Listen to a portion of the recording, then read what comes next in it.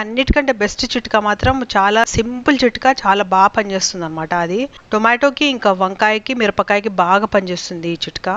ఇది వైరస్ వల్ల అవ్వచ్చు, అలాగే మినరల్ డెఫిషియన్సీ వల్ల కూడా అవ్వచ్చు. అంటే కాల్షియం డెఫిషియన్సీ ఎక్కువ అవుతుంది అనమాట. వీటికి కాల్షియం ఎక్కువగా ఉండాలన్నమాట. మినరల్స్ అవన్నీ కరెక్ట్ గా ఇచ్చామంటే ఇంకా ఆకుముడత రాదండి. వైరస్ కూడా కంట్రోల్ అవుతుంది అనమాట. ఒకవేళ బాల్కనీ గార్డెన్ ఉన్న వాళ్ళు, ఇలాంటి సాయిల్ ఊరికే చేంజ్ చేయలేము అన్న వాళ్ళు మాత్రం ఇలాంటి టిప్స్ వాడుకోవచ్చు. ఫస్ట్ మనం ఏం చేయాలంటే ఆకుముడత ఎక్కడెక్కడ ఉందో, ఎండిపోయిన ఆకులు అవన్నీ ఉంటాయి కదా, అవన్నీ కట్ చేసేసేయాలి. కట్ చేసేసిన తర్వాత అవి దూరం పడేసేయాలి. ఒకవేళ వైరస్ ఉందనుకోండి మళ్ళీ వేరే మొక్కలకి వచ్చే అవకాశం ఉంటుంది. అలాగే అలాంటి కొమ్మలు, ఆకులు అలాంటివన్నీ కంపోస్ట్ కి వాడకూడదు. ఎక్కడో దూరం పడేసేయాలి, లేకపోతే కాల్చేసేయాలి. కట్ చేసేసి మొత్తం వాష్ చేసేసేయాలి. దాంట్లో ఏవైనా మీలీ బగ్స్ అలాంటివి ఉంటాయి కదా, అవి ఉంటే కూడా ఆకుముడత వస్తుంది అనమాట.